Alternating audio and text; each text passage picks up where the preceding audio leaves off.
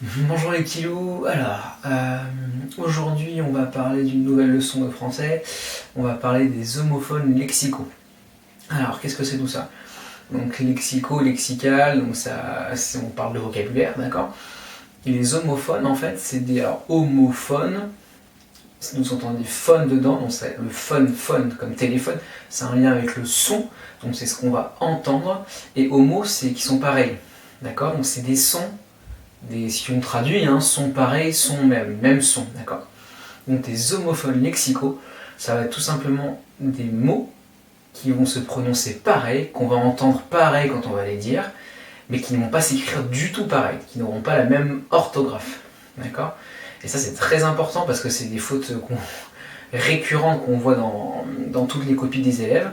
Un homophone lexical par exemple typique c'est le son, le mot son, S-O-N, le son, le son de la musique par exemple, qu'on peut confondre avec le son propre, j'ai perdu son cahier, d'accord, le son, l'appartenance, le sien, et on peut confondre aussi avec le son S-O-N-T, le verbe être, ils sont au présent, d'accord, à la dernière personne du pluriel du présent.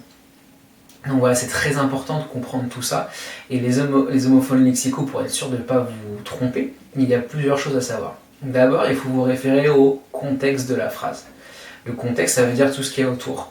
Avant de connaître l'orthographe du mot, il faut d'abord lire votre phrase ou votre paragraphe et essayer de comprendre de quoi ça parle. Je reprenais le mot par exemple, typiquement un homophone.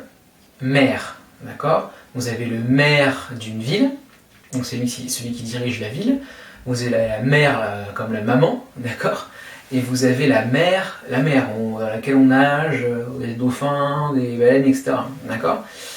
Donc ça se prononce pareil, mer, mais par contre ça s'écrit pas du tout pareil. Et selon le contexte, vous allez choisir un de ces trois mots. Par exemple, si je vous dis j'ai fait une baignade dans la mer, vous allez écrire mer, M-E-R, d'accord, comme la mer, et pas M-A-I-R-E comme le maire de la ville, d'accord. Je me suis pas baigné dans le Mer, c'est improbable, on peut pas, d'accord. Donc là, et d'ailleurs l'article, vous entendez le là, ça va être très important pour déterminer ça aussi, quel homophone, quel mot je choisis, d'accord. Donc ces homophones lexicaux, vous pouvez les reconnaître grâce au contexte, au sens de la phrase, au sens du mot, donc là c'est toujours pareil, c'est ce que je vous disais, pardon. Et pour trouver l'orthographe du bon mot, parce que c'est ça aussi l'intérêt, c'est que vous allez devoir chercher la bonne orthographe, comment s'écrit mon mot. Et bien pour ça il y a une solution très simple, c'est que vous allez prendre chaque mot individuellement et essayer de réfléchir à comment je pourrais le dire autrement. Est-ce qu'il y a dans le champ lexical de ce mot, c'est-à-dire est-ce qu'il y a d'autres mots qui sont proches et qui pourraient m'aider à trouver l'orthographe, par exemple. On va vous citer dans beaucoup de vidéos le port. Vous avez le port de pêche, là où vous tournez bateau, le port, P-O-R-T, d'accord. Parce qu'on parle bien, par exemple, une ville où il y a des bateaux, on appelle ça une ville portuaire. Vous voyez, portuaire. C'est le même champ lexical que port et portuaire. Donc vous pouvez être sûr, déjà, quand c'est un lien avec les bateaux, vous allez écrire P-O-R-T. Et vous avez par contre aussi le porc, le cochon, le porc, P-O-R-C. Et donc là, vous avez un mot très simple de la même famille que porc, c'est porcherie, d'accord, ou porcelet. Porcelet, c'est le petit du porc, d'accord. Donc ces deux mots vous font comprendre qu'il y a bien un C à la fin de porc, P-O-R-C. Voilà, c'est des choses toutes bêtes, hein.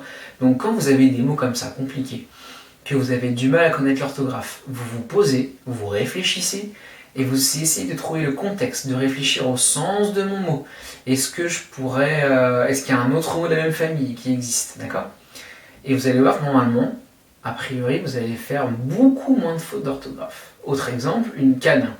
La canne, la femelle du canard, C-A-N-E. La canne, pour marcher, pour s'appuyer, d'accord? La canne, C-A-2-N-E. Ok? Là, c'est du par cœur, c'est-à-dire que vous savez que la canne, c'est un animal. Vous savez que la canne du vieux monsieur, ça sert à s'appuyer. Là, vous n'avez pas de mnémotechnique, vous n'avez pas d'autres mots d'un champ lexical, d'accord, identique. Là, c'est juste du par cœur. Il faut comprendre que votre mot, il a un contexte particulier derrière. Et ça, il faut le connaître, d'accord. Il y a des mots comme ça va être un peu plus compliqué. Voilà pour les homophones lexicaux, je pense que j'ai pas besoin d'en dire plus. Normalement, c'est pas très compliqué une fois qu'on a compris le système. Et de toute façon, on verra ça tous ensemble une autre fois. Ciao les loulous!